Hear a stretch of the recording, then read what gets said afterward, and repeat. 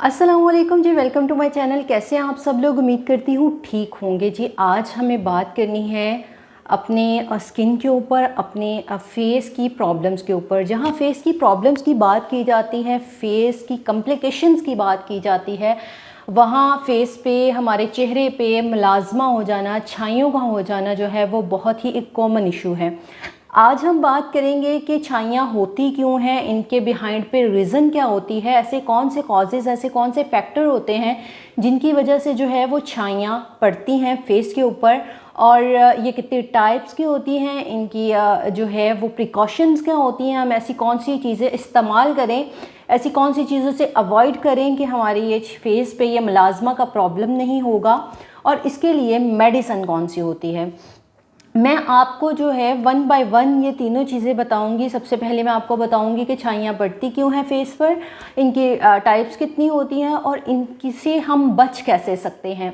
पहले हम बात करते हैं कि व्हाट इज़ मेंट बाय मलाज़मा। चेहरे पर छाइयाँ क्या होती हैं? चेहरे पर बहुत सारे, जब फेस की प्रॉब्लम स्टार्ट होती है तो फेस पे बहुत सारी चीज़ें ऐसी होती हैं जो कॉमन होती हैं, जैसे फेस पे एक्ने का हो जाना, फेस पे पैचेस बन जाना, पिंपल्स का हो जाना, स्कार्स का बन जाना, और इसके अलावा जो है वो मलाज़मा का हो जाना। छाइयाँ जो होती हैं इनको दूसरों से डिफ्रेंशिएट कैसे किया जा सकता है, हमें कैसे पता चलेगा हमारे फेस पे ये जो है वो छाई बन रही है। ये आपके नाक और नाक के साथ आपके चीक्स पर इस राउंड पे जो है वो फैली होती हैं। काले से रंग का या ब्लूइश से कलर का जो है वो एक धब्बा बनता है, और वो जो है वो फैल जाता है, और वो हमारी पूरी फेस की लुक को ख़राब कर देता है। छाइयों की अगर बात करें कि छाइयाँ बनती क्यों हैं, तो सबसे पहले इसकी एक रीज़न होती है जेनेटिकली, कि आपकी जीन्स में आपको जो है आपके स्किन में ये प्रॉब्लम आपको मिली है, आपकी मदर की साइड से या आपके ग्रैंड पेरेंट्स की साइड से जो है, या आपके फादर की साइड से आपको जो है वो छाइयाँ मिली हैं। तो ये एक जेनेटिकली इशू हो जाता है। ये मलाज़मा का जो होता है वो आपके जीन्स वाइज जो है वो आप तक जो है ये पहुंचता है। तो इसकी मेडिसिन कौन सी होगी ये भी मैं आपको एंड में बताऊंगी। तो पहला रीज़न हो गया ये। दूसरा, मैं आपको एक बात बताऊं कि हमारी बॉडी के साथ कोई भी इशू होता है, हमारी बॉडी में कोई भी कॉम्प्लिकेशंस आती हैं, कोई भी मिसअंडरस्टैंडिंग चल रही होती है, तो उसका असर सबसे पहले हमें अपने फेस को देखने को मिलता है। हमारे फेस पे, हमारी चेहरे की रंगत से जो है वो सबसे पहले चीज़ नुमायाँ होना शुरू हो जाती है। तो छाइयाँ पड़ने की एक बहुत बड़ी रीज़न है पानी का कम पीना। पानी कम पीने से भी हमारे चेहरे पर फ्रैकल्स बन जाती हैं, और इसके अलावा लॉस ऑफ ब्लड जो है ये भी एक फ्रैकल बनने की बहुत बड़ी रीज़न है। अगर आपका खून, आप में खून की कमी है, या आपका खून जो है वो लॉस हुआ है किसी रीज़न की वजह से, तो आपके चेहरे पर जो है वो छाइयाँ बन जाएंगी। अक्सर ख़वातीन में जब वो डिलीवरी होती है उसके बाद उनके फेस पर छाइयाँ बन जाती है, तो उसका रीज़न यही होता है कि एक तो कमज़ोरी होती है, आयरन की डेफिशिएंसी हो जाती है, आप में जो है वो रेड ब्लड सेल की जो है वो कमी हो जाती है, उसकी वजह से हमारे फेस पर जो है वो छाइयाँ बन जाती हैं। और ये सेकंड रीज़न आ गई। और थर्ड रीज़न, और बहुत ही कॉमन जो रीज़न पाई जाती है हमारे पास, जब पेशेंट आता है तो उसकी हिस्ट्री जब ली जाती है, तो ये एक रीज़न बहुत कॉमन आती है कि जिनका सन एक्सपोजर बहुत ज़्यादा होता है, जिनका बाहर का काम बहुत ज़्यादा होता है, जो लोग धूप में बहुत ज़्यादा रहते हैं, जिनकी वर्किंग धूप की बहुत ज़्यादा होती है, कि वो उनका काम ज़्यादा होता है कि तेज़ धूप में वो काम करते हैं, तो उनको छाइयाँ बहुत ज़्यादा बनती हैं। छाइयाँ कॉमनली उनको बनती हैं। तो इन तीनों के लिए जो है वो, अगर आप अपने कंसल्टेंट से रब्ता करें तो इन तीनों कैटेगरीज़ के लिए वो अलग-अलग आपको गाइडलाइंस देता है। फर्स्ट आ गई आपके पास जी जेनेटिकली जो प्रॉब्लम होती है, तो ये नहीं है कि वो कभी ख़त्म ही नहीं हो सकती, लेकिन वो स्किन बहुत ज़्यादा सेंसिटिव होती है, उसके ऊपर केयर की बहुत ज़्यादा ज़रूरत होती है। हमारी केयरलेस जब हम हो जाते हैं, हम मोस्टली जो है वो छाइयाँ पड़ने की रीज़न क्या होती है कि हल्का सा हमारे चेहरे पर कोई प्रॉब्लम हुआ और हम बाज़ार में जाकर 200-300 में जो है वो कोई क्रीम, नाइट क्रीम लेते हैं जिसमें स्टीरॉयड्स बहुत ज़्यादा होते हैं, हम उसको अपने फेस पर अप्लाई करते हैं और वो हमारी अपर लेयर को डैमेज कर देती है।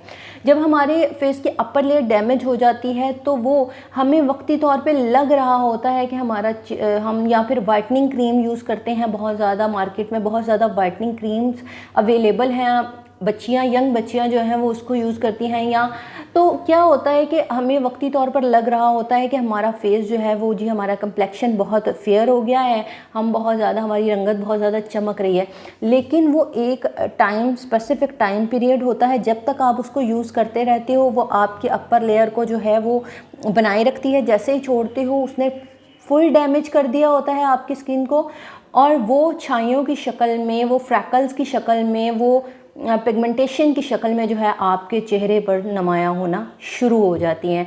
तो इस चीज़ से सबसे पहले जो है वो अवॉइड करें, अपने फेस पर कोई भी ऐसी स्टीरॉयड क्रीम, कोई भी ऐसी स्टीरॉयड चीज़ इस्तेमाल ना करें। अगर आप ख़वातीन ख़ासकर किसी पार्लर में जाकर महंगे महंगे ट्रीटमेंट ले रही होती हैं या डील्स के ऊपर जो है वो ट्रीटमेंट ले रही होती हैं कि 50% ऑफ, 30% ऑफ, 70% ऑफ, वो उसमें जो है वो स्टीरॉयड इस्तेमाल करके उस फेशियल में आपकी स्किन को वक्ती तौर पे तो बहुत गोरा कर देते हैं, लेकिन बेसिकली वो आपकी स्किन को डैमेज कर रहे होते हैं।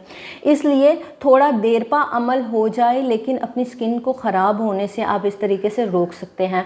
जेनेटिकली अगर हम बात करें तो जेनेटिकली के लिए प्रॉब्लम के लिए हमें अपनी स्किन को बहुत ज़्यादा केयर भी करना होता है, और उसके साथ मेडिसिन भी मैं आपको बताती हूँ तो कि कौन सी आप मेडिसिन यूज़ करें तो आपकी वो प्रॉब्लम भी सॉल्ट आउट हो सकती है।